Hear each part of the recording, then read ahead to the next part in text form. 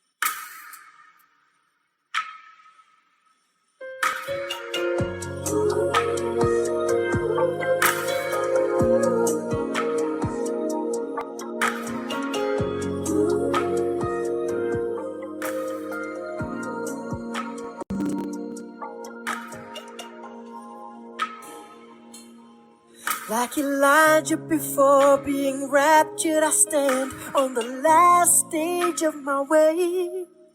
I will cross the Jordan, and I believe in the twinkling of an eye I'll be changed. Now the deadly influence of the waters of Jordan is flowing all around the world. But the victory's already been given to me. It's in the open prophetic word. I'm looking away only to Christ. I'm keeping His word. He gives power to fight through the trials that I'm facing, to be able to express Him and to overcome this world. I have the faith of God, from faith unto faith. I'm moving forward, all influence of earth is losing its hold and overcoming the pressure of this civilization. I am soaring where God's eagles dare. I am soaring where God's eagles dare. I am soaring where God's eagles dare.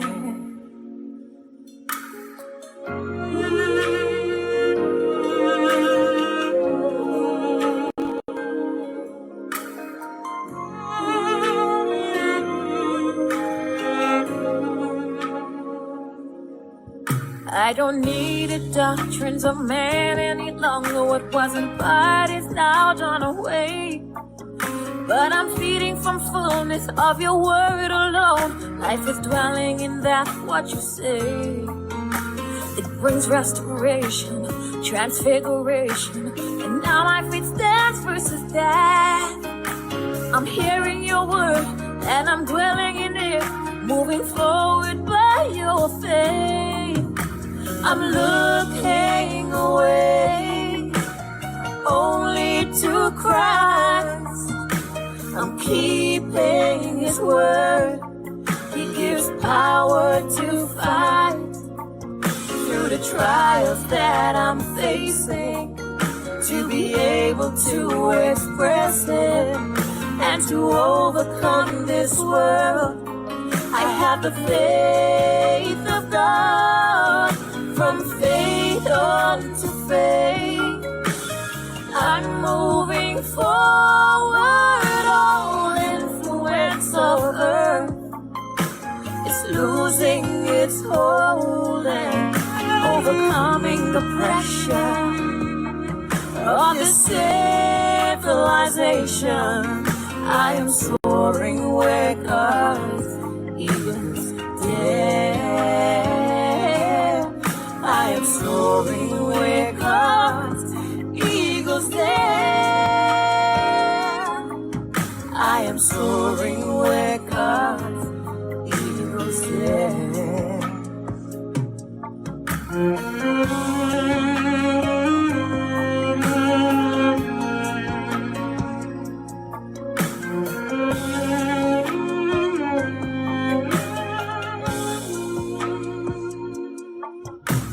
Pressure is stronger than ever before, the greatest battle that was ever fought. But not like Elijah, I'm looking around and I see the heavenly host. In these days of confusion, I'm not scared anymore, and my heart is not troubled at all. Cause by prophetic anointing and by his great word, Satan tricks I can't deserve. I'm looking away only to Christ. I'm looking away to Jesus. I'm keeping his word.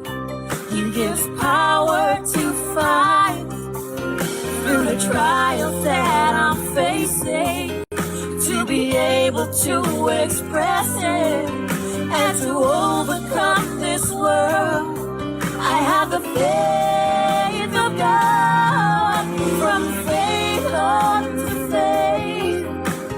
I'm moving forward, influence of earth is losing its hold and overcoming the pressure of this civilization. I am soaring where God's eagles dare. I am soaring where God's eagles dare. I am soaring where God's eagles dare.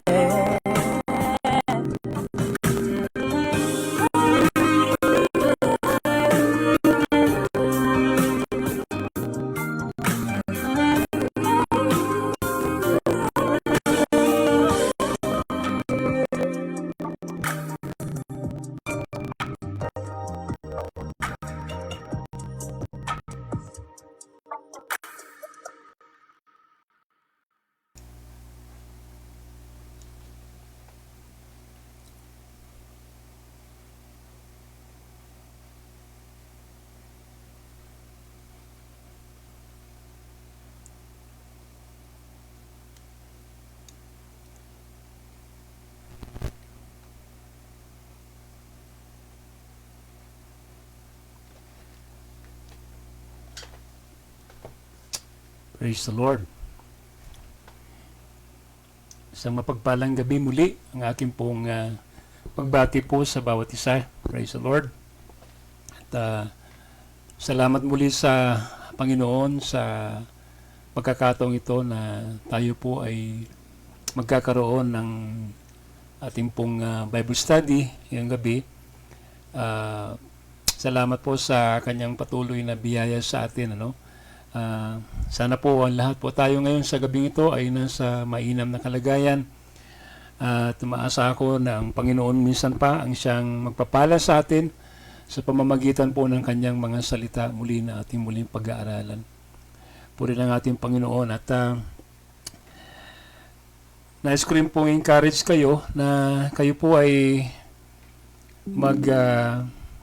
padala ng inyong mga prayer requests. If you have prayer requests, pwede po tayong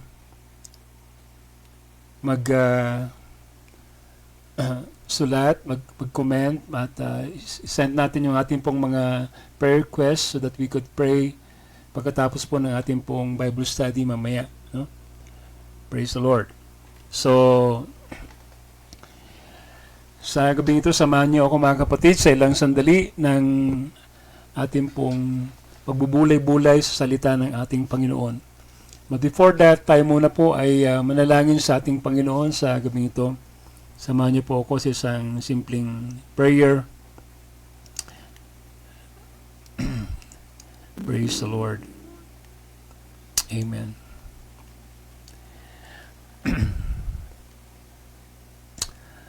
So tayo pong lahat po ay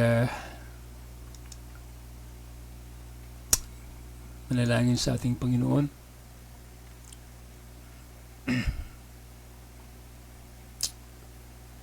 Praise the Lord. Samahan niyo po ako mga kapatid sa ilang sandali ng pananalangin.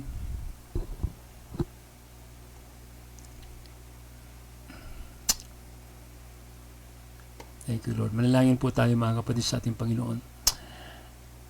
Praise God.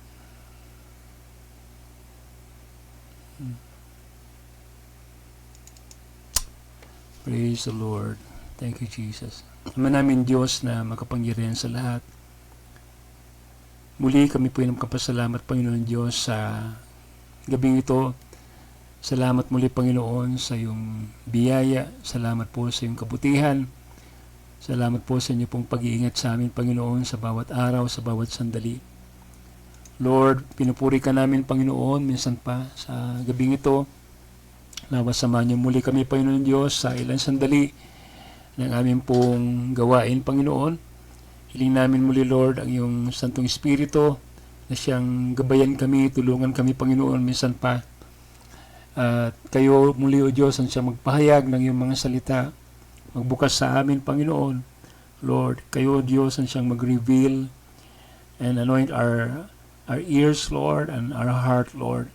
Habang kami nakikinig ng mga salita, Panginoon, dalangin muli namin, Panginoon Diyos, God, na pakita mo sa amin, Panginoon, ang iyong salita na maging malinaw sa amin, Panginoon. Mahayag ito sa amin ng lubos, Panginoon Diyos, God. Pakita mo, Lord, ang panahon na aming kinabibilangan upang sa ganun, Panginoon Diyos, magawa po namin patuloy na mamuhay ng kalugod-lugod sa iyong harapan ayon po sa iyong mga salita. Salamat muli, Panginoon. Pagpalain niyo po ang iyong mga anak, Lord, na ngayon ay nakikinig, Lord, at nanunood. Nawa kayo po ang siyang mag-provide ng mainam na koneksyon sa bawat isa upang patuloy namin, Panginoon Diyos, God, na marinig ng malinaw ang iyong mga salita. Salamat muli, Panginoon. We give you all the praise and glory sa pangalan namin, Panginoon Kristo. Amen and amen. Praise the Lord. Amen. So, sa gabing ito, mga kapatid, ay ako po ay magbabahagi sa inyo ang title ng ating pong pag-aaralan ay binigyan ko po ng pamagat na Who Do You Say This Woman Is? At ang ating subtitle is about the mask that hide Jezebel. Praise God. Itong babae na tutukuyin natin ngayong gabi, mamaya babasahin po natin ang ating scripture sa Revelation chapter 17. Mahalaga po na ma-identify natin kung sino itong babae na binabanggit po dito sa Revelation chapter 17. Napakahalaga na malaman natin at makita natin kung ano yung kanyang mga ginagawa at mga paraan ng kanyang pandaraya, upang sa ganoon ay hindi po tayo mabilang doon sa maraming mga sinasabi sa Bible na madadaya nitong itong babae na ito, mga kapatid. Praise the Lord. So, mainam na makilala nating mabuti itong ating pong tutukuyin sa gabing ito, at sa tulong po ng banal na salita ng Panginoon at ng mensahe sa panahon na ito, ay tulungan tayo ng Panginoon na matukoy natin itong binabanggit natin ito na babae, no? Praise God. So, who do you say this woman is? Praise God. So, tukuyin po natin at basahin po natin ang ating pong scripture. Di na po tayo masyadong magpapakalawig pa. Dito po tayo sa Revelation chapter 17.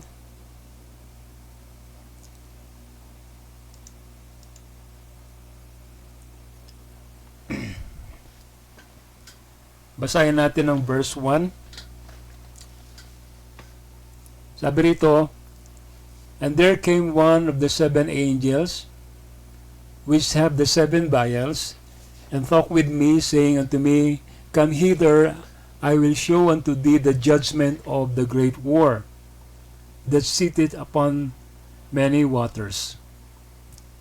So, alam po natin na ang Book of Revelation, ito po ay Book of Symbols.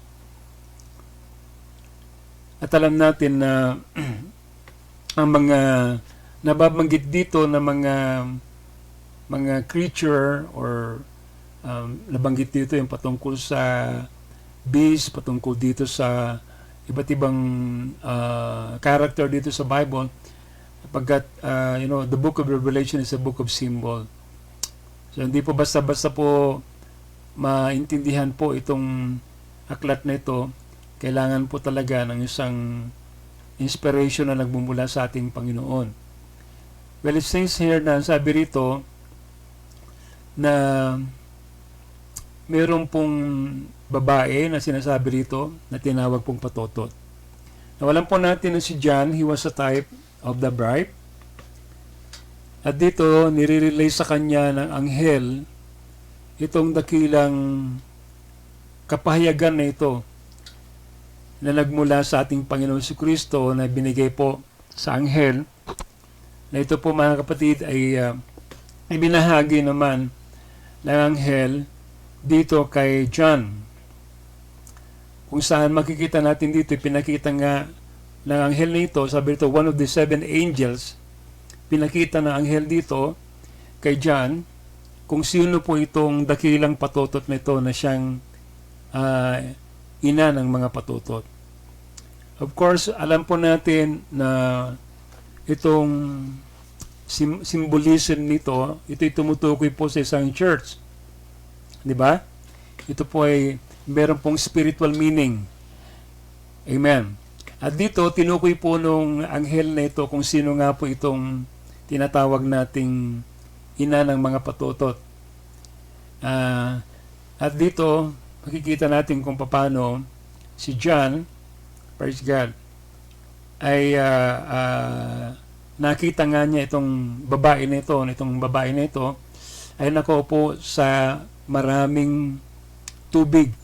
And we know in the Bible, water speaks of people, kindreds, and tongue. So, pero po gustong bagay na gustong i-emphasize sa mandali bago tayo magpatuloy, kasi na-focus po yung aking pong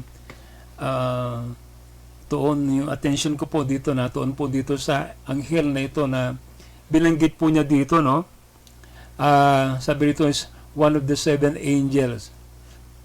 He talked with John and he told him, sabi niya, "Come hither," sabi niya, "halika at ipapakita ko sa iyo kung ano yung hatol nung dakilang patotot." Amen. At kung pupunta po tayo sa scriptures, okay, the word or the Greek word war, yung patotot, ay galing po sa word na porne, which means a woman who sells her body for sexual uses, a prostitute, a harlot, one who yields herself to defilement for the sake of gain, and any woman indulging in unlawful sexual intercourse, whether for gain or for lust, an idolatress, sabi rito, to sell or to export for sale such thing as slave. So yan pong ibig sabihin po ng salitang war. Okay, ito daw po ay nangangahulugan ng isang babae na nagpapagamit sa kanyang katawan para sa isang sexual na paraan. Okay, katulad po ng isang patotot, ng isang prostitute. Alam po natin, we are not ignorant with that. Alam natin ang patotot po ay di ba, nagbababayad, binabayaran upang siya gamitin for for sexual use, and then yun po yung kanyang profession as a prostitute. So yun po ang war, no? Isang babae, wala siyang sariling headship, iba-ibang mga lalaki ang kanyang kinakasama. So ganun po ang kalagayan po ng isang prostitute. Okay? Praise God. So sabi rito na ang dakilang babae na ito isang patotot, no? Siya po isang patotot. Kung naniniwala po tayo na ito po ay ay spiritual ang kahulugan po nito, mga kapatid. Right. Samantala, ang salitang virgin naman po, the word virgin means pure, holy, unadulterated, and sanctified. Amen. Sa message na Revelation chapter 1, nabanggit po ng prophet, sabi niya, ang salitang birhen, isang dalisay na babae, sabi rito is pure, holy, unadulterated, and sanctified. Yan ang ibig sabihin ng salitang virgin. Another thing is that sabi ng prophet, sabi niya, a woman in the Bible always represent the church. Christ is coming for an espoused virgin. The old prostitute of the Bible was called the church sitting on 7 hills. That is the Roman church. So, binabanggit po rito yung dalawang klaseng babae. Ano? Dalawang klaseng babae pong binabanggit, tinutukoy natin dito. Sabi rito, isang babaeng patotot at isang babaeng birhen. Diba? Amen. Ngayon, tinukoy na rin ng propeta dito kung sino po yung babaeng patotot. Diba? Sabi niya, yan daw po ang RCC. Praise God. Now, in the vision of the prophet, mababasa natin doon na doon sa kanyang 7 major vision, pang-anim po yung may nabanggit po siyang babae. Nasabi po niya, then in the 6th vision, there arose up in America a most beautiful but cruel woman. She held the people in her complete power. I believe that this was the rise of the Roman Catholic Church. So, binabanggit po dito na may isang babae na maganda. Sabi niya, that will going to rise up in America, a most beautiful woman, but a cruel woman. Amen. Pero ang sabi niya rito, pero ako naniniwala, sabi niya, na ito daw po ay ang paglabas ng Roman Catholic Church within that place. Of course, last Sunday, in the previous mga days, ay nag-share po tayo tungkol po dun sa yun nga pong kakapiling American Pope ngayon sa Vatican. Of course, we understand ito po ay first time in the history of the Roman Catholic Church for almost 2,000 years, wala po silang piniling pope na nagmula sa Amerika. This is the first time na nagkaroon ng papa sa Amerika. Ang sinasabi rito, ito na kaya yung sinasabi rito na ito isang spirito, ito isang sistema, amen, na magmumula dito po sa Amerika, na may isang babaeng maganda, yet he was cruel. Ito po ay masama. Amen. At yan ay wala iba kundi ito daw po, mga kapatid, ay ang, amen, ang nire-represent nito ay ang RCC. Praise the Lord. So, you see, itong bagay na ito na nangyayari sa ating panahon ay hindi po ito nangyari lang ng coincident lang, but you see, hindi alam ng marami na meron pala itong connection doon sa prophecy na binanggit ng prophet, no? Amen. So tukuyin natin itong beautiful woman na ito. Yet he was a cruel woman. Amen. Now, damangkin natin kanina tungkol doon sa angel, no? Na siyang nag-describe nitong dalawang babae na ito. Actually, yung angel na nag-describe sa Revelation chapter 17 verse 1 is the same angel that described another woman in the Bible in Revelation chapter 21 verse 9. Okay? So the question is, who was the angel who described the two women in Revelation chapter 17 and Revelation chapter 21? Okay? Now, this angel that show all things to John, tipot larawan ng bride, si John. Okay, gusto ko makita po natin mabuti ito, di ba? I-spiritualize po natin. Si John ay tipot larawan po natin. Amen. Lagi natin naririnig po yun eh. Di ba na si John ay tipot larawan ng bride sa panahon na ito. Kung paano, mga kapatid, si John, doon sa Revelation chapter 4 ay nabuksan, sabi doon, ang durungawan ng langit at nakita niya itong bukas. Amen. At may tinig na nagsabi sa kanya na siya'y umakyat. Come up hither. And sabi doon, and I will show you things that must come. Amen. Yan ang sabi po ng Revelation chapter 4. So alam natin na yun po yung door of revelation na ngayon ay binigyan ng Panginoon sa kanyang nobya, sa kanyang bride. Amen. At wala na po tayo sa panahon ng kondisyon ng Laodicea. Diba? Magmula nung nabuksan ng mga tatak, tayo po ay nasa ibang panahon na. Ito po yung panahon na sinasabi natin, ito na po yung bride age, ang eagle age, ito na po yung panahon na kinilalagyan po natin. At nakita po natin kung paano si John, amen, nakita po niyang lahat ng mga bagay. Dinala siya ng Panginoon.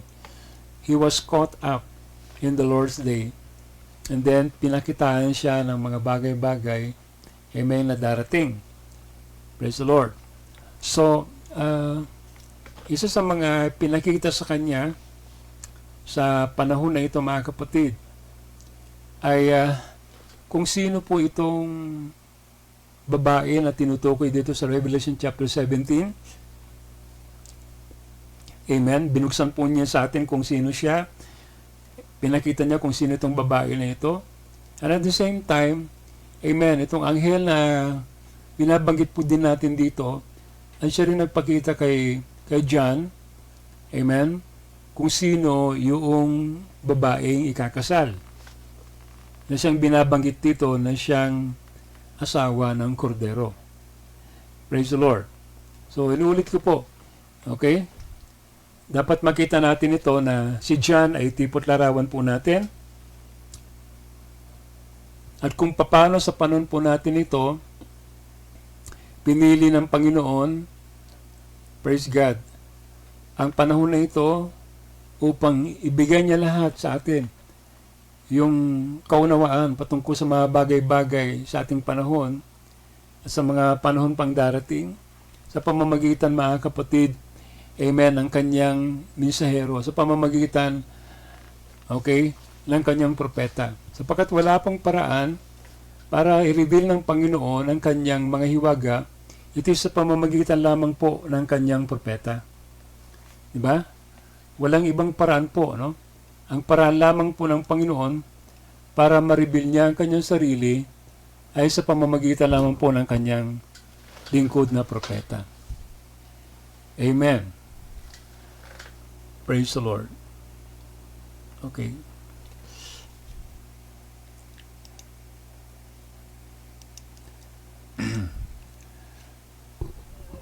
Okay, so dali lamang po.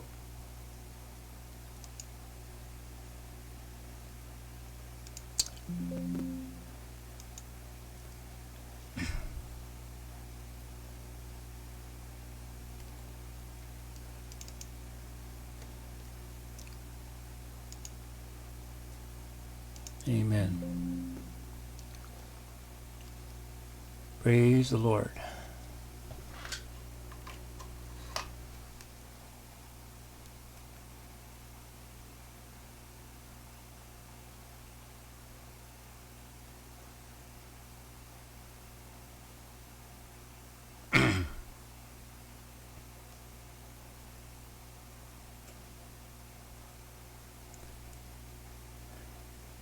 Amen.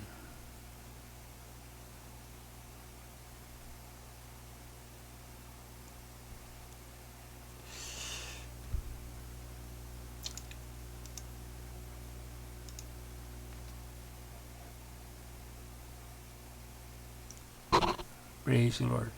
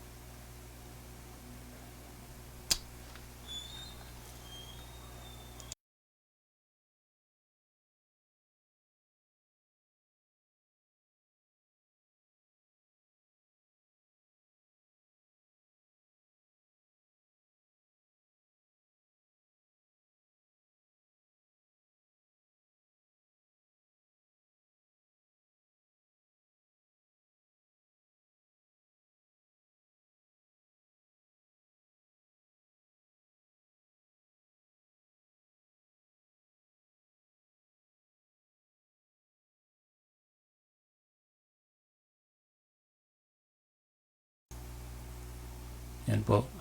Siyensya na kayo sa konting interruption. So, balik po tayo doon sa ating pong question. Sino kaya yung binabanggit na anghel doon sa Revelation chapter 17 at saka Revelation chapter 21? Nabanggit po doon sa Revelation chapter 21. Praise the Lord. Ang sabi rito,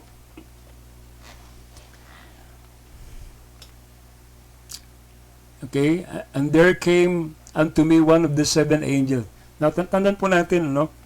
Yung Revelation chapter 17 ay ganun din po yung binanggit kanina, na binanggit din po doon, mga kapatid, na isa sa mga anghel, sabi doon, one of the seven angels which have the seven vials. So, parehas din po ito, mga kapatid, ano? Ito pong binabanggit po rito sa Revelation chapter 19.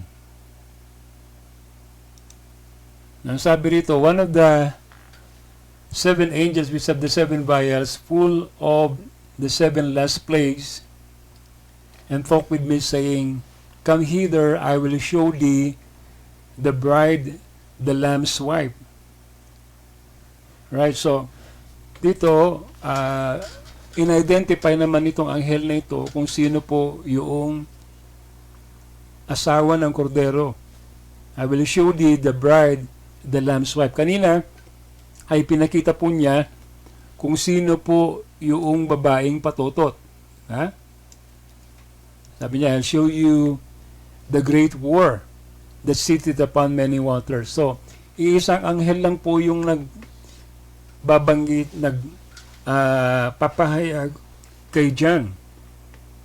So these angels show all these things to John. Amen. At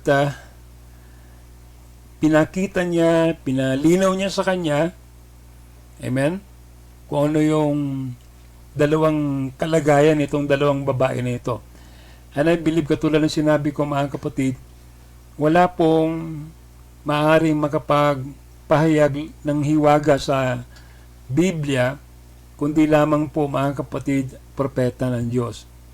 Because the Bible says in Amos 3:7, for I will do nothing, but I reveal it my secret to my servant the prophet. Okay, so yun po ang pamantayan ng Panginoon, ano? So John was seeing visions, but he didn't know kung ano ibig sabihin nito. He was seeing it in symbol form, but itong nagpahayag sa kanya, amen, which is sinasabi nito, isang anghel, amen, ipaliliwanag niya sa kanya, nireveal niya sa kanya kung anong ibig sabihin ng mga simbolo na ito. Praise God. Now, alam po natin na sa Bible, ang mga mensahero ng Diyos ay tinawag din silang mga anghel, di ba? Amen. Nalala niyo yung 7 anghel sa 7 iglesia. Hindi naman po sila mga literal na mga anghel na nakatayo doon sa mga iglesyang ito at sila ay nagpapahayag ng salita ng Diyos. Kundi itong 7 anghel na ito ay mga 7 mensahero sa bawat kapanahunan. Simula kay Pablo hanggang sa huling mensahero sa ating panahon na ito, na wala iba kundi ang propeta sa panahon natin. Amen.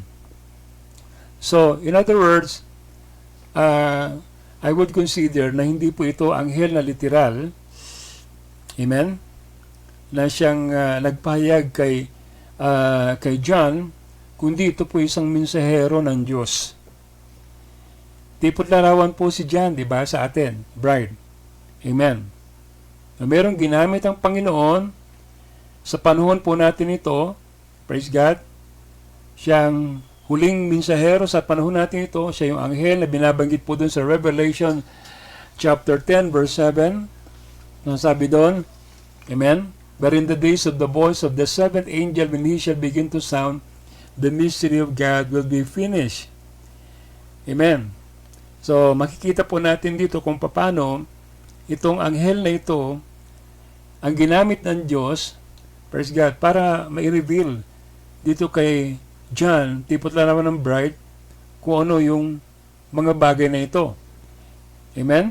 Kung sino yung babaeng patotot at kung sino naman yung babaeng pakakasalan ng Panginoon. You see? Because the 7th angel, praise God, amen, will reveal all of these things according to the scripture. Amen. At alam po natin, bumaba ang Panginoon sa panahon natin ito in Revelation chapter 10. Dala-dala po niya mga kapatid ang isang aklat na bukas.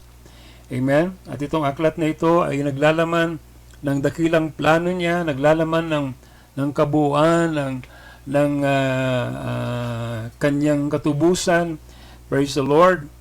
At itong mga kapatid ay iniabot niya sa mensahero sa ating panahon. At sa pamamagitan ng mensahero sa ating panahon, ito'y binuksan niya sa ating panahon. Praise God. Ipinakita niya sa atin kung anong laman ng aklat na yon. Amen. Mula sa malakas na anghel, ito'y pumunta doon sa anghel dito sa lupa. At ang sabi mga kapatid ng anghel, ay kainin natin yung aklat. Amen. So alam natin, ang mensahe na ito ay galing sa luklukan ng Panginoon. Galing ito mga kapatid sa langit. Hindi ito galing sa kung saan. Hindi ito mensahe na ikapitong mensahero. Hindi ito galing sa Amerika. Ito po yung mensahe na galing sa Panginoon. So kinakailangan daw kunin natin ang mensahe na ito. Unawaan natin mabuti. Praise God. Sabi doon, kainin natin yung aklat. Praise God. Pagkatapos po natin kainin ito, ay iyayag natin ito sa ating buhay. Yun po yung atas sa atin, di ba? Amen. So in other words, itong anghel na ito sa ating panahon, he saw everything. Ipinakita ng Panginoon sa kanya yung mga bagay-bagay ng maliwanag, ng higit pa sa kung sino mang mga, amen, mga ngaral sa ating panahon. You see? Praise God. So, according to the scripture, itong anghel na ito, binuksan niya lahat kay John. Binuksan niya kung ano yung nangyari sa 7 iglesia ng kapanahunan. Diba? Ipinakita niya kung ano yung laman ng mga selyo, kung ano yung 7 pakakak, amen, kung ano yung mga 7 mga salot, at binanggit nga niya dito kung ano yung, sino yung babaeng patotot, at kung sino yung babaeng pakakasalan ng Panginoon, na siyang tinatawag na Lamb's wife. You see?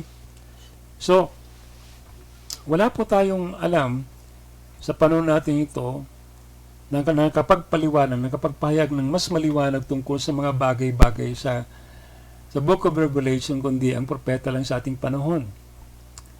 So, we learn that it is not just only an angel with wings. Beside, di pa ako naniniwala na merong anghel na propeta. Amen. Wala pong anghel na propeta. At hindi po binigay sa anghel ang kapamahalaan para maghayag ng mga hiwaga sa salita ng Panginoon, kundi sa isang propeta lamang. Praise the Lord. According to the scripture.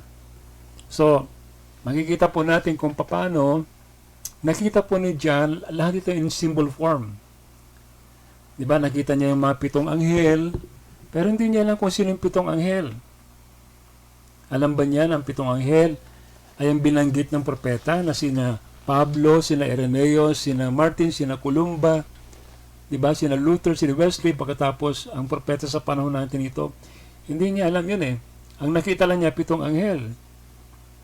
Diba? Praise God. Amen. Alam ba niya na yung 7 tatak ay kung anong kahulugan ng mga yon? Diba? Nakita lang niya, nakita puting kabayo, pulang kabayo, itim na kabayo, mapusyaw na kabayo.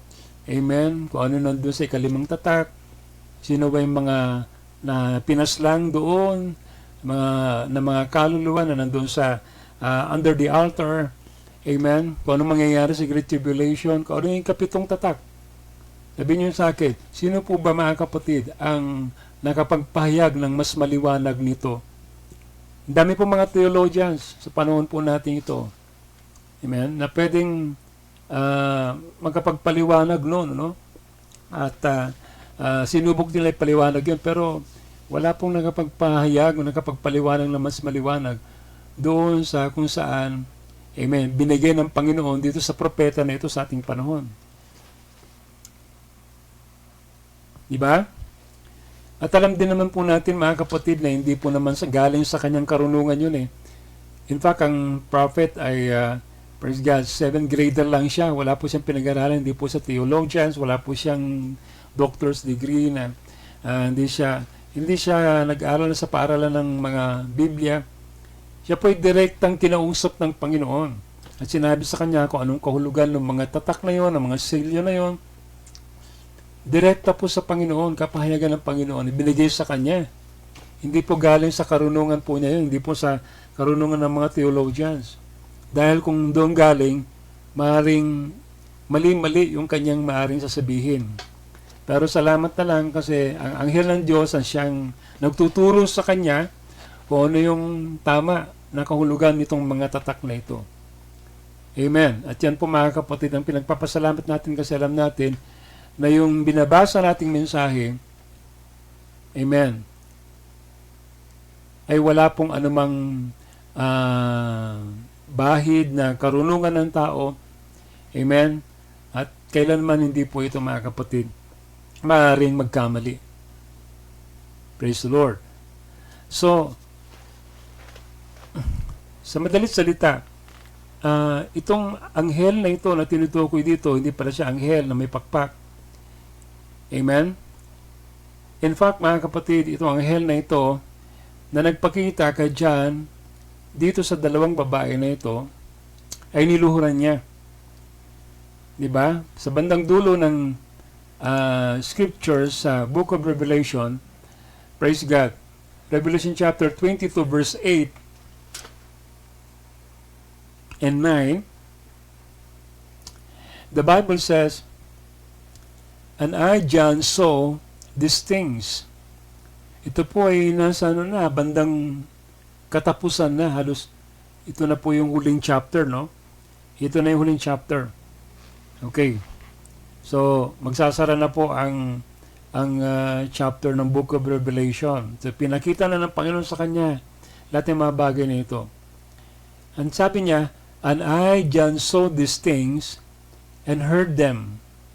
And when I have heard and seen, I fell down to worship before the feet of the angel, which showed me these things."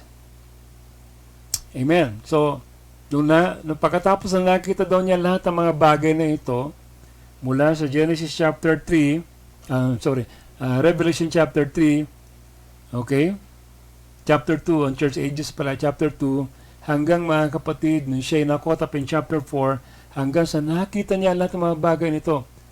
At ito'y narito na siya. Amen. Pinapahayag niya na ngayon yung mga bagay na kanyang mga nakita at narinig. Amen. Na ang sabi niya rito ay siya po, mga kapatid, ay namangha at siya napatira pa doon sa anghel na nagpakita sa kanya ng mga bagay na ito. Sabi po niya dito, sinamba pa nga niya. Sabi nito, "I fell down to worship before the feet of the angels which showed me these things." Ngayon, tingnan naman natin ang tugon ng anghel. "Then said he unto me," sabi ng anghel, "See thou do it not." Sabi niya, "Huwag mong gagawin yan." Why? Because, sabi niya, "For I am thy fellow servant. I am thy fellow servant, and of thy brethren, the prophets, and of them which keep the saying of this book. Worship God." So, maliwanag, ang sabi po, niliwanag po dito nung anghel na ito, na niluhuran po ni John, sabi niya, "Ako ay fellow servant mo lang." Diba? Hindi natin fellow servant ang angel. Hindi natin fellow servant ang angel. Praise God. Mas mataas pa tayo sa mga anghel. Diba? Yan ang sabi ng Biblia. We will judge angels nga eh. Amen. Pero sabi niya rito, "And of the brethren, the prophets." Prophets pala siya eh. Amen. Praise God. Tingnan nyo. Hindi pala siya anghel. "I am thy fellow servant, the prophets." So you see, praise God. Ngayon, kayo na lang po, mga kapatid, ang magbigay ng dyan, ng inyong tingin, no? Pero sa akin, praise God, wala naman po akong nakita na nakapagpahayag ng mas maliwanag tungkol sa kung ano itong tinutukoy nating babae sa Revelation chapter 17. Amen. Kung sino siya, in-identify niyang mabuti kung sino itong babae nito, itong patotot na ito. He preached a lot of messages tungkol sa Jezebel religion. Amen. Kung ano siya, praise God. And so, mga kapatid, wala po akong nakikitang preacher sa panahon nating ito. I don't believe na si Billy Graham nagawa niya ito. So, Oral Robert nagawa niya ito. Wala pong mga kapatid nagkapagpahayag sa atin kung sino itong babae nito at naging matapang po siya na ipinahayag kung sino itong babaeng patotot na ito, kundi mga kapatid, yung propeta sa ating panahon. Amen? At sino rin po nagbigay ng maliwanag na description tungkol po sa bride? Hindi po ba ang prophet sa panahon na ito? Di ba?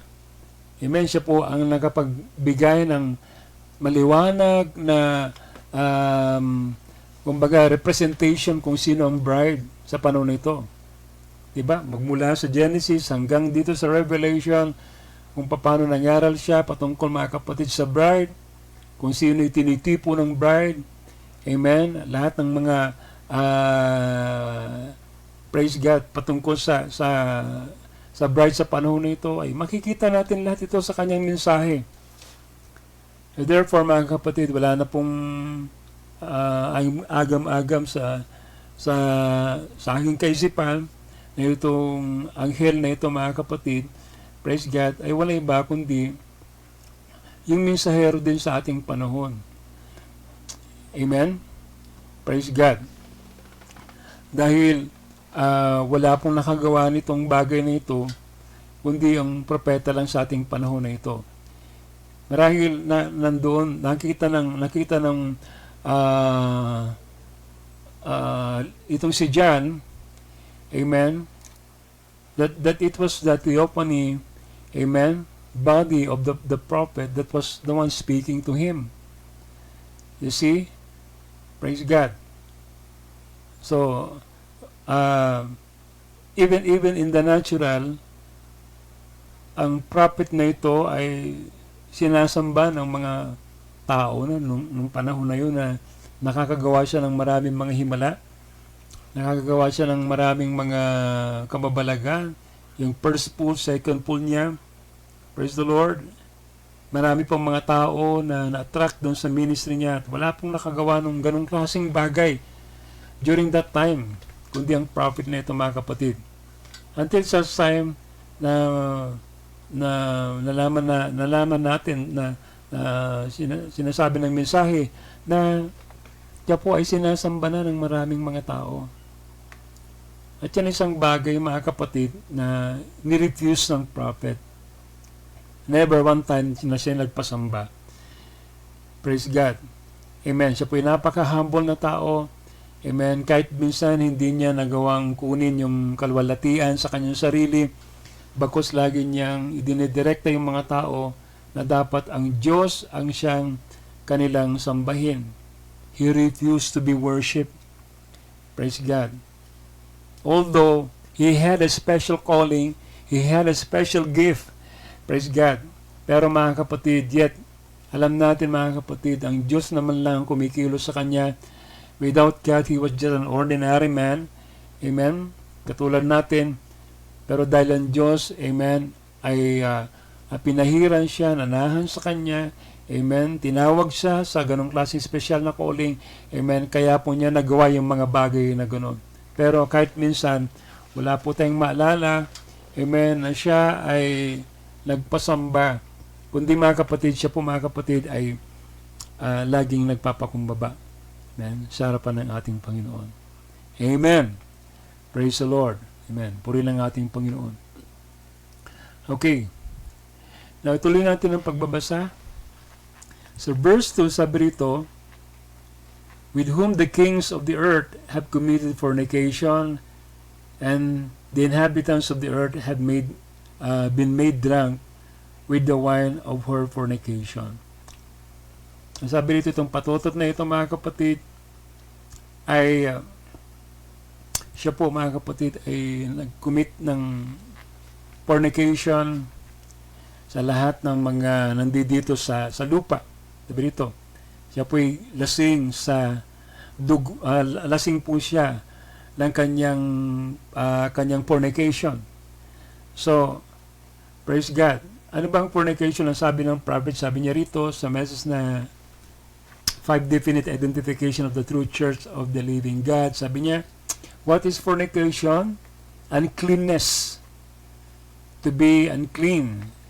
Now, she's a whore. She got uncleanness about her. And all the rich people of the world, the kings and the great men of nations and multitude have committed fornication with her, has taken of her evil. So dito makikita natin na lahat ng mga nasyon, lahat ng bansa, lahat ng mga leader ay nakipag-fornicate dito sa babae nito. In other words, meron silang false alliance or union dito mga kapatid sa babaeng ito na tinutukoy natin. No wonder, ay makikita naman po natin kung paano lahat ng mga bansa ay talagang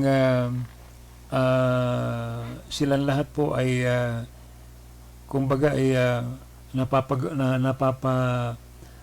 sunod. Di kaya ay talagang yung kapangyarihan ng babae nito ay wala po silang resistance, wala po silang magawa sapagkat amen, they are under the power of this war. Amen. Kaya itong sistema na ito, halos lahat ng mga bansa, silang lahat po mga kapatid ay nakipag-fornicate, nakipag-false union dito sa babae na ito. You know, spiritually speaking, politically, amen, ganyan po ang nangyayari mga kapatid, ano? Sa bagay na binabanggit po rito dito sa ating pong pinag-aaralan. Amen. Now, so this being a drunk, sabi dito na binabanggit dito is a spiritual condition of the people. At kapag po kayo po ay lasing, your senses ay kumbaga ay hindi nagpa-function ng tama. Ano? Namamanhid. Amen. Sabi dito, their actions are paralyzed, the resistance, amen, is removed. So you see, kung gaano ka pa makapangyarihan po itong sistema nito, kung gaano ka powerful po itong babae na ito. Amen? Nagawa niyang gawing paralyze ang lahat ng leader, hindi sila hindi sila, walang kapangyarihan para i-resist nila ang sistema na ito ng babae na ito. Praise God. Sapagkat silang lahat po ay lasing. Amen. Praise God. Dahil po sa kanilang connection dito sa babae na ito. Okay? And because of that, sinasabi po sa Bible, sila po ngayon ay nabitag na ng sistemang ito, nabitag na ng babaeng ito. Hindi po nila napansin, hindi nila nalaman, nandun na pala sila sa kanyang kulungan. No? Ang mga tao po ay kinulong na nitong babae na ito na hindi nila nalalaman. Well, ang sabi po sa Bible, okay, Revelation chapter 18 verse 1. And after these things I saw another angel came down from heaven having a great power, and the earth was lightened with his glory. And he cried mightily with a strong voice, saying, Babylon the great is fallen, and is become the habitation of devils, and the hold of every foul spirit, and a cage of every unclean, hateful bird. For all nations have drunk of the wine of the wrath of her fornication. And the kings of the earth have committed fornication with her, and the merchants of the earth are waxed rich through the abundance of her delicacies. Okay, so tingnan nyo. Dahil sa kapangyarihan nitong babae na ito, kung saan lahat ng mga bansa ay nakikinabang sa kanya, ang hindi nila alam, nakapasok na sila doon sa kanyang bitag, doon sa kanyang hawla. At kung saan, ang sabi doon mga kapatid, na lahat ng mga tao, amen, ay nabitag niya na, all nations, they are being caged.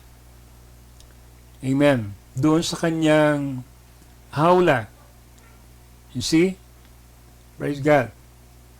Makikita po natin kung paano, mga kapatid, sila'y na-trap, hindi nila nakita, hindi nila napansin. Amen? Nakikinabang sila doon sa sistema nitong babae na ito, nitong patotot na ito, pero ang hindi nila alam, ang consequence noon, sabi doon, silang lahat ay nandoon na sa ilalim ng kanyang bitag, ilalim ng kanyang kulungan. No, nakulong na po sila doon. You see, tingnan nyo, sabi po ng Biblia, mga kapatid, na lahat ng mga tao ay sasamba dito sa halimaw. Itong larawan ng halimaw na ito. Sila, ang sabi doon, ang kanilang pangalan ay wala doon sa aklat ng kordero. Maliwanag po yun, ano? Maliwanag po yun. Pag wala ka pong pangalan doon sa Lamb's Book of Life, ikaw ay sasamba doon sa larawan ng halimaw. Ikaw ay mapapailalim doon sa kanyang bitag. See? So, tingnan po natin. Ngayon po amen. Yan na po ang nakikita na natin nangyayari ngayon. Sapagkat, mga kapatid, ang spirito ng insanity ay narito na sa panahon natin ito, kung saan daming 200 millions of demon ang na-release sa panahon natin ito. Ba? Para danasin ng mundo nito muli ang isang uri ng salot, kung saan, mga kapatid, sabi dito, itong mga tao na ito, amen, ay hindi na po makakalagpas, hindi na po makakalabas doon sa hawla, kulungan itong babae na ito. Praise God. Amen. So, an intoxication is something that slowly blends into the bloodstream until it desensitizes you.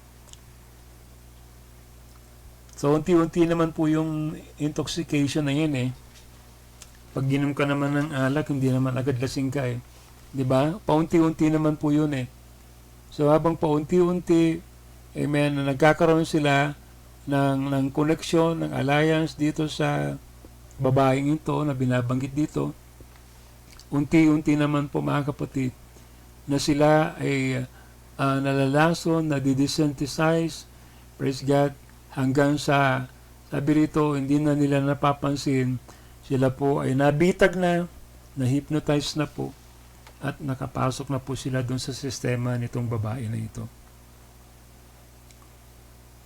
Ba? Even yung World Council of Churches, kung titingnan po natin, bilanggit po natin ito nung linggo. Sabi dito, itong World Council of Churches, ito ay kapulungan ng mga iba't ibang reliyon, iba't ibang samahan. Amen. At silang lahat ay magkakaisa at magpo-form sila sa isang one world religion, isang ecumenical move ng kaaway, kung saan siyang mamumuno doon. At hindi alam nitong mga denomination na ito, nakabilang na pala sila doon sa mark of the beast. Diba? Praise God. Amen. Yung sistema ng halimaw, yung turo ng halimaw, diba? Yun yung mark of the beast. Ano po ba ang mark of the beast? Okay, yung mark of the beast sa yung forehead ay yung tatanggapin ninyo yung aral nung diba, nung Antikristo. Praise God. Doon, mamamarkahan na kayo ng mark of the beast. So, it's the doctrine. Actually, it's not a literal marking sa inyong mga noo. Amen? Kundi ito isang spiritual na marking. In other words, mga kapatid, ito'y tumutukoy sa aral, praise God, ng Antikristo na tatanggapin ng marami na hindi nila alam. Ba? Yun na pala yung tatak nung halimaw. Yun na pala yung mark of the beast. Ano ibig sabihin ng marking of the hand? Amen. Yung marking of the hand is you're going to support the cause of this World Council of Churches. Itong image of the beast na ito, that means to say, meron ka ng mark in your hand. So, hindi po alam ng marami po yun akala lang nila maraming kung ano mga lumalabas ngayon na mga aral tungkol sa mark of the beast, kung itong mga kapatid ay tattoo sa noo, literal tattoo. Sabi nila ito ay barcode, ito po ay microchips. Meron pa nga nagtuturo na ito daw po, mga kapatid, ay yung vaccination. Amen. So, amen. Hindi po scriptural po yung mga ganyang mga pananaw. And I don't believe, mga kapatid, na tayong mga message believer ay paniniwalaan po natin yan. Sa denomination lang po yan. Pero sa atin, never na paniniwalaan natin yan kasi ang mark of the beast has nothing to do with something na nilalagay sa katawan mo. Literally. Ang mark of the beast, mga kapatid, ito po spiritual na tatakan. Hindi po ito literal na tatakan. Right? Amen. So, sabi rito, hindi alam ng marami, na-hypnotize na sila, na-desensitize na sila, pumasok na sa kanilang sistema yung aral nito Antikristo, and before they know it, kabilang na pala sila dun sa World Council of Churches. Okay? Pero tayo mga bride ng Panginoon, tayo nilabas na ng Panginoon sa kulungan, galing tayo sa iba't ibang mga kulungan, pero tayo po ay nilabas na, narinig natin ang tinig, come out of her, my people. Diba? Amen. Tinawag tayong mga nobya ng Panginoon sa loob ng mga denomination na ito, at hindi na po tayo kailan pa babalik pa doon sa ating pong dating kulungang pinanggalingan. Amen. Knowing na babalik po ang bride, tayong mga na-called out na dyan sa sistema na yan, na babalik pa muli tayo doon sa loob ng kulungan. Alam na po natin ang gawain ng kaaway, mga kapatid. Ang sabi ng anghel ng Diyos sa panahon din natin ito, come out of her, my people, and be separate. Praise God. Tingnan natin ang quotation ng prophet. Sabi niya rito, what did this angel say? Come out of her. Yes, sir. This angel came to the earth, and he come to bring the light, and he shine the light around the world. Sabi niya, he was a mighty angel, and he come to proclaim the message, come out of Babylon, touch not her unclean things. Sabi niya, got a whole cage full of them, said, she's the cage of every hateful bird. So siyang naging kulungan ng lahat ng mga maruruming mga ibon. Sabi niya, she got a cage full of them now. The World Council of Churches. Yan po ang kulungan ng kaaway, mga kapatid. You see? Wag po tayong mabilang dyan. Yan po ang kanyang kulungan. She got the whole bunch caged up now. Okay? They're all coming together. She become a cage. Alright, sabi niya, full of hateful birds. Full of hateful birds. You see? So itong pamamaraan ng sistema ng kaaway, hindi alam ng marami. Hindi alam nila kung paano ang diablo ay napakatuso. Ang diablo ay nag-aanyong anghel. Amen? Ang ganda nga nung kanyang mga plataforma.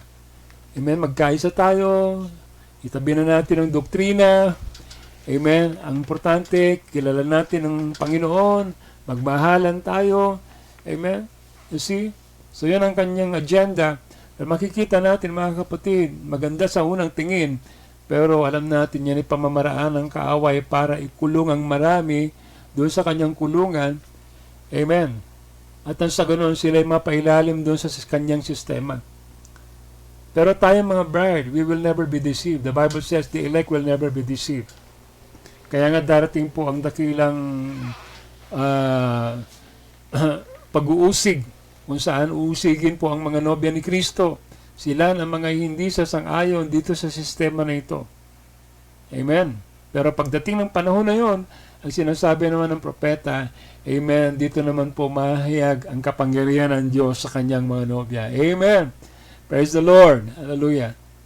Amen. Mahayag na yung mga bagay na ngayon ay pangkaraniwan lang, pero pagdating sa panahon na yon, mga kapatid, magkakaroon ng supernatural manifestation ang bawat anak ng Diyos upang sa ganun makapipakita na tayo nga po ay pinili ng Diyos. Amen.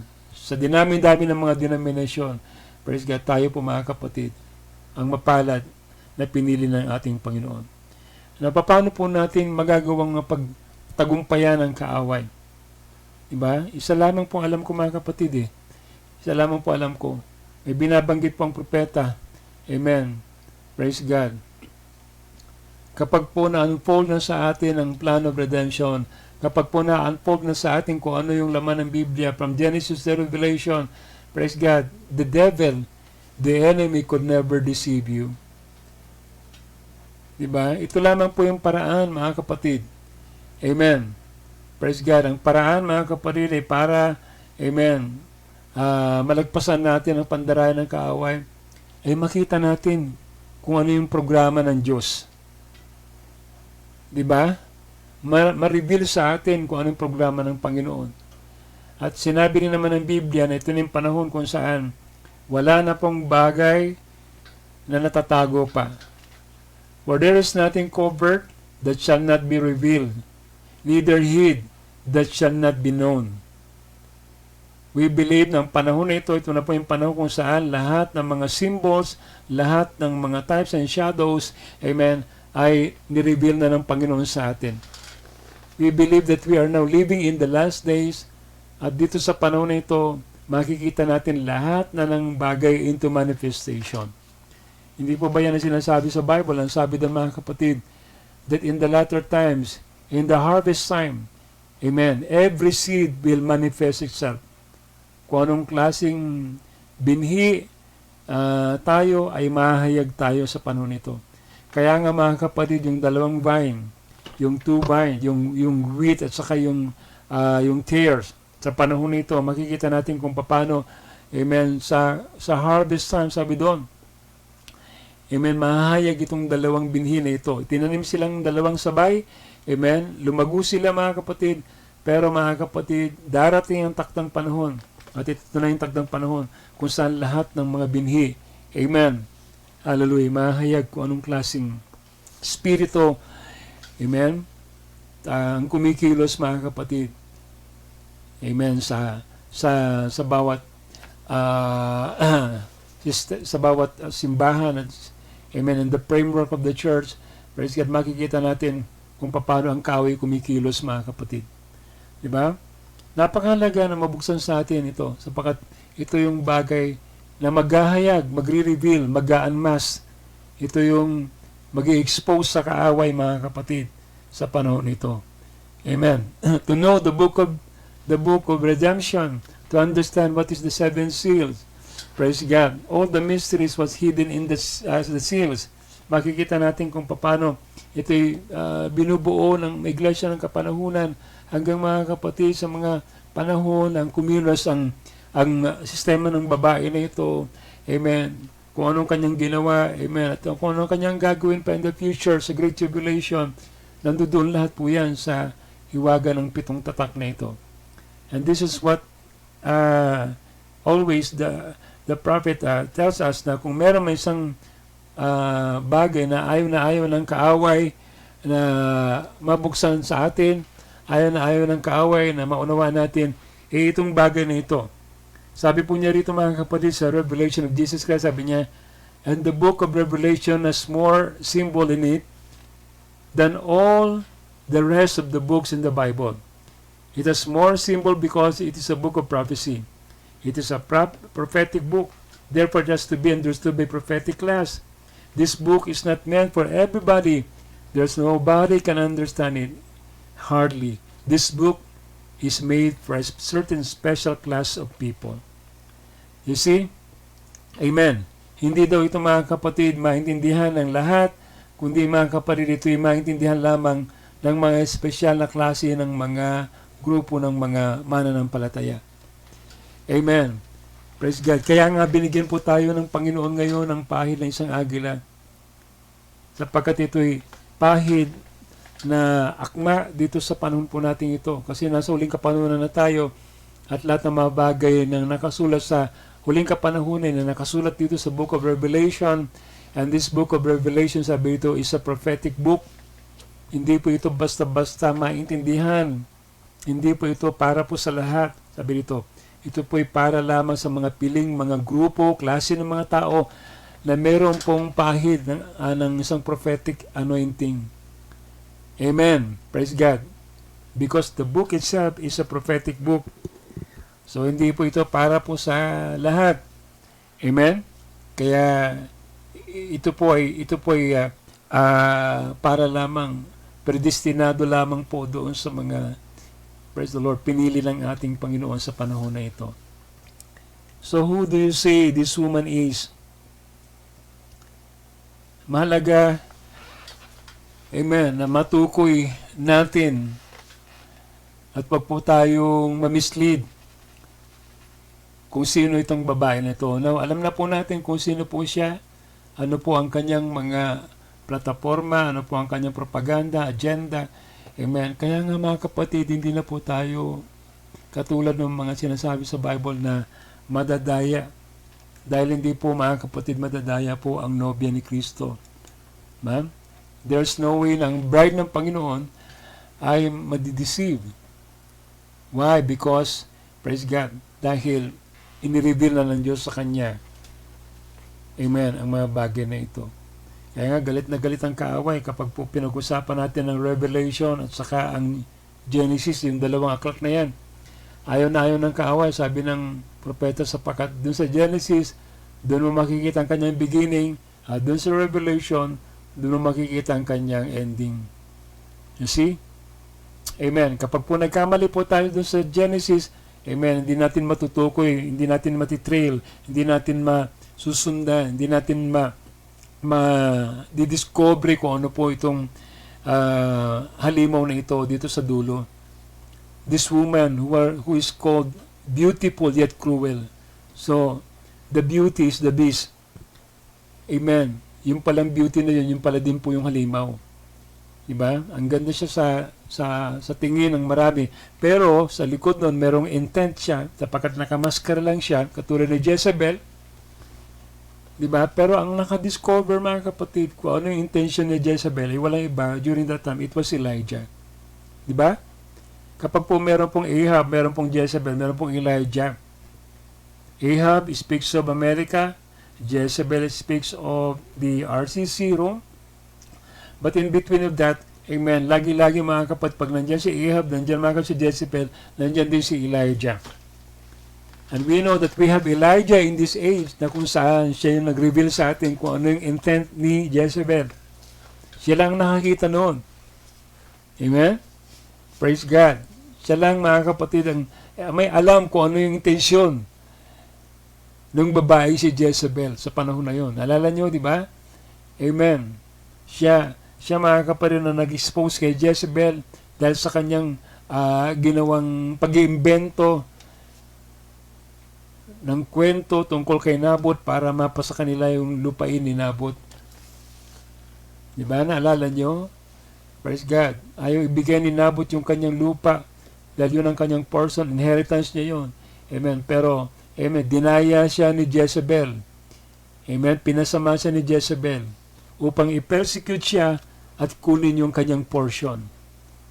You see? At yan din ang gagawin ng kaaway, ng sistema sa panahon nito. Pag hindi po tayo mga kapatid magpapasakop sa kanyang sistema, gagawa siya ng paraan upang sa ganun masisikil tayo, gigipitin niya tayo, pe-persecute niya tayo, upang sa ganun mga kapatid, kunin niya yung ating pong portion. Kunin niya mga kapatid, yung mensaheng pinangahawakan natin. Pero ako naniniwala, hanggang sa kamatayan, hindi binigay ni Nabot mga kapatid, yung kanyang lupa, hindi siya nag-compromise. And I believe, ang bride ng Panginoon sa uling panahon nito, ay hindi rin magko-compromise. Praise God. Kahit na anong mangyari mga kapatid, mananatili siya. Amen. Na magiging tapat sa mensahe na ibinigay ng Diyos sa kanya sa uling kapanahunan. Can you say Amen? Amen. Praise the Lord. Purihin ang ating Panginoon mga kapatid. Praise God. So, sana mga kapatid ay makita natin kung paano, amen, ang babae na ito ngayon ay hindi na po siya misteryo sa atin. Hayag na po siya sa ating lahat. Hindi na po siya maaaring magtago sa kanyang maskara. Praise God. Sapagkat sa panahon na ito mga kapatid, binigyan na po tayo ng Panginoon ng malinaw na pangunawa. No? Lahat na ng bagay na nakatago ay kanya na pong ngayon ay binuksan sa ating lahat. Puri ng Panginoon. So hanggang dito na lamang po mga kapatid ang ating pong pag-aaral muli. Maraming salamat po sa sandali na nakasama ko kayo. Sa lahat po na nakatune in ngayon. Sa lahat po ng mga kapatiran. Amen. Narito ngayon ang nakikinig. Maraming salamat muli sa pagkakataon na binigyan ng Panginoon sa ating lahat. upang tayong lahat mga kapatid ay magsama-sama sa kanyang presensya sa pamamagitan ng kanyang salita ngayong gabi. Purihin ang ating Panginoon. Amen. At tayo muli ay magsasara sa panalangin. Praise the Lord. Amen. Amen. Praise God. Tayo pa mananalangin sa ating Panginoon mga kapatid. Pray with me. At kung meron po tayong mga kailangan sa Kanya sa gabing ito, alam ko ang Panginoon na nakakaalam ng mga pangailangan natin. Amen. At siya po mga kapatid, hallelujah, ang tutugon sa lahat ng ating mga kahilingan, mga panalangin sa gabing ito. Salamat sa ating Panginoon. Praise the Lord. Hallelujah. Let's pray. Praise the Lord. Hallelujah.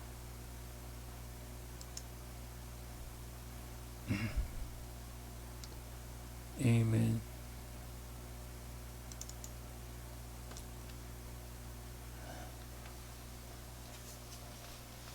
Thank you, Lord.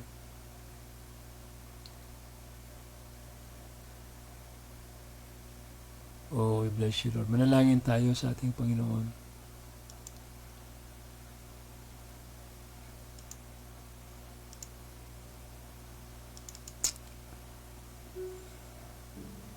Hallelujah.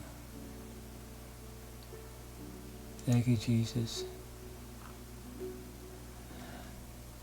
Hallelujah. Maraming Diyos na makapangyarihan sa lahat. Kami po ay lumalapit sa inyo, Panginoon, minsan pa nagpapasalamat sa gabing ito. Pinupuri ka namin, Panginoon. Napakabuti niyo, Lord.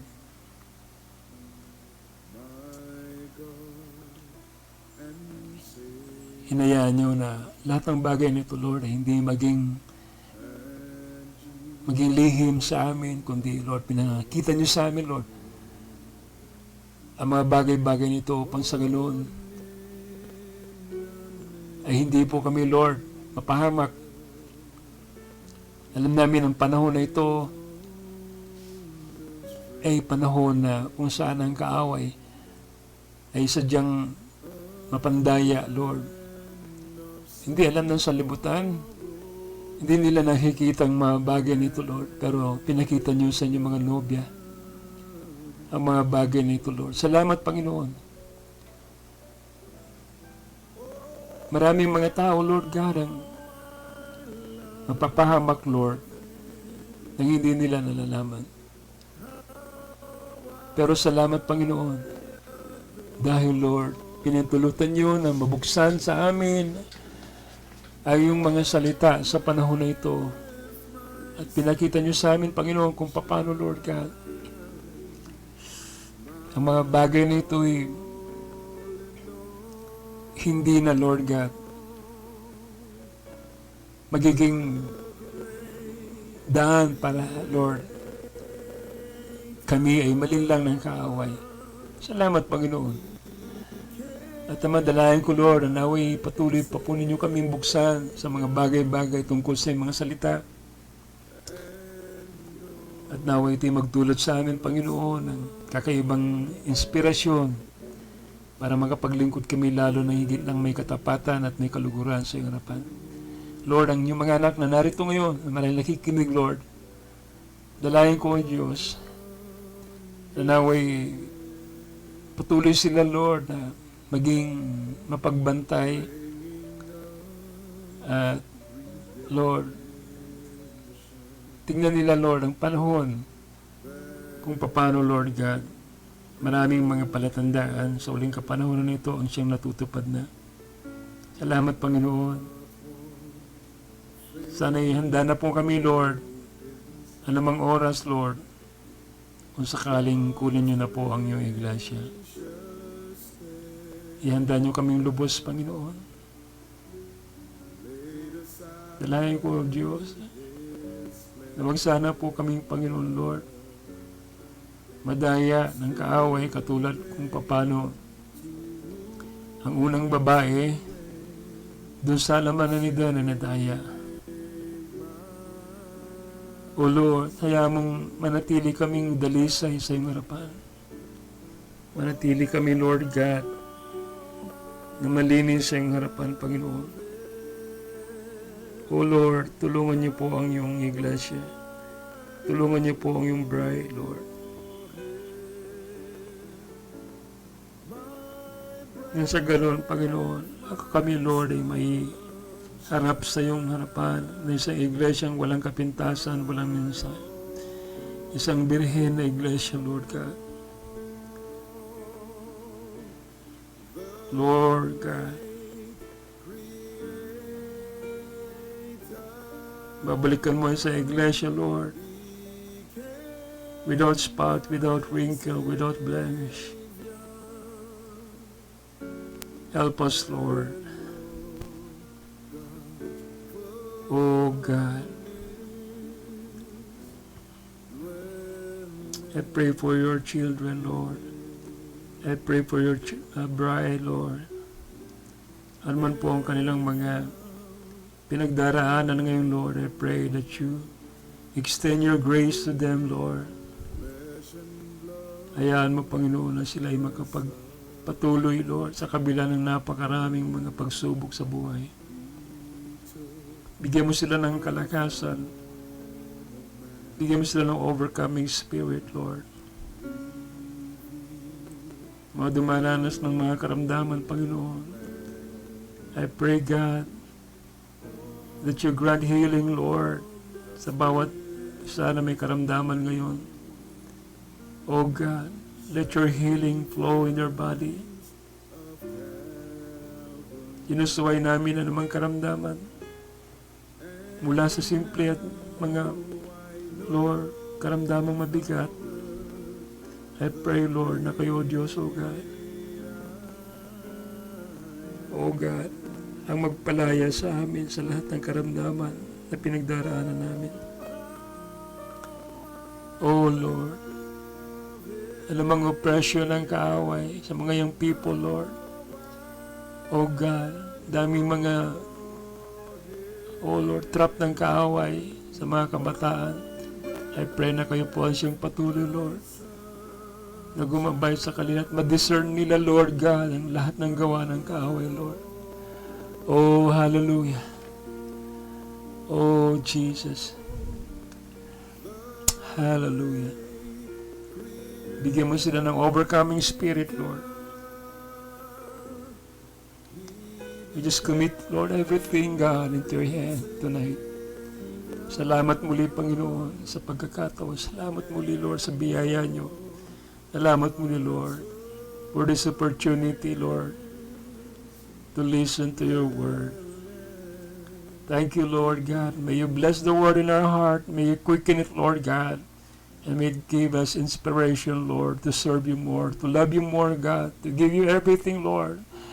Hallelujah, with all of our heart and soul and mind. Thank you, Jesus. We praise your name. We glorify your name, Lord. Oh God, we ask all these things, Father, Lord God, in your name, in the name of the Lord Jesus Christ. Amen and amen. Hallelujah. Puri ng Panginoon. Thank you, Jesus. Puri ng Panginoon. Palakpakan natin ang Panginoon, mga kapatid. Praise God. Amen. Thank you, Jesus. So muli, aking pong amen. Pagbati sa inyo lahat. Amen. Ang isang mabiyayang gabi. Praise God. Naway nakapaghatid po tayo kahit konti sa salita ng Panginoon. Naway nakapagdagdag ito sa atin muli ng kaliwanagan patungkol sa ating napag-aralan. Salamat sa Panginoon. Amen. May the Lord bless us all tonight. Amen. Praise God. At sa susunod muli na pag-aaral muli natin ng salita ng Diyos, naway patuloy kayong sumabaybay at magsama-sama po tayo sa gawain ng Panginoon. Amen. Amen. Praise the Lord. Puri ng Diyos. God bless us all, mga kapatid.